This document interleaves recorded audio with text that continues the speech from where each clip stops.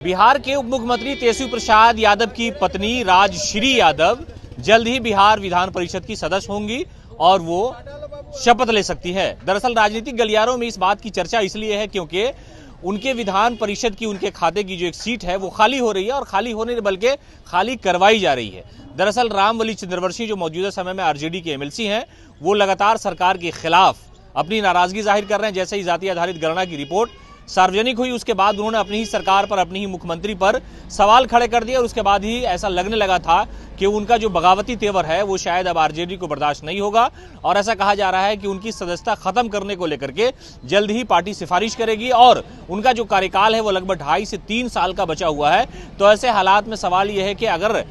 रामबली की जो जगह है वो खाली होती है तो उसकी जगह पर कौन एमएलसी बनेगा, कौन ऐसा व्यक्ति है जिसकी छवि साफ सुथरी है, जो पार्टी के लिए समर्पित हो, जो आरजेडी परिवार का वफादार हो। तो ऐसे हालात में चर्चाएं इस बात की है कि तेजस्वी यादव की जो पत्नी है राजश्री वो विधान परिषद जा सकती हैं और उन्हें शपथ दिलाया जा सकता है। दरअसल इससे पहले भी हालात जब नामुवाफिक हुए उनकी पार्टी के लिए और तो ऐसे हालात में लालू प्रसाद यादव ने अलग अलग तरह के फैसले लिए। उनकी जो पत्नी है बिहार की पूर्व मुख्यमंत्री राबड़ी देवी वो मौजूदा समय में बिहार विधान परिषद की सदस्य भी हैं।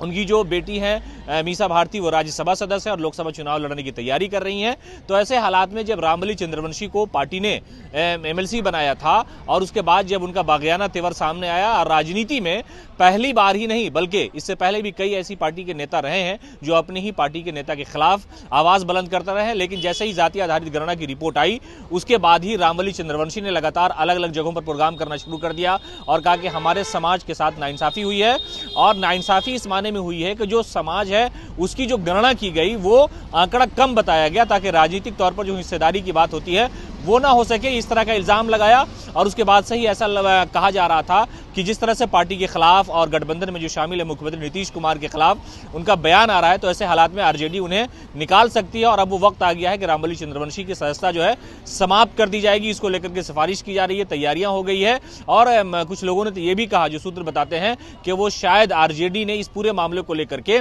सिफारिश अपनी जो है वो भेज दी है कि इन्हें हटा दिया जाए, इसलिए कि पार्टी गतिविधि के खिलाफ ये लगातार जो है शामिल रहे हैं। तो ऐसे हालात में इनका पार्टी में रहना मुनासिब नहीं है और यह अंदाजा लगाया जा रहा है कि रामबली चंद्रवंशी की जो सीट है वो खाली होगी तो तेजस्वी यादव की जो पत्नी है राजश्री यादव वो बिहार विधान परिषद की सदस्य हो सकती हैं। जो कार्यकाल बचा हुआ है रामबली चंद्रवंशी का उस कार्यकाल को पूर्ण करने के लिए राजश्री यादव को वहां पर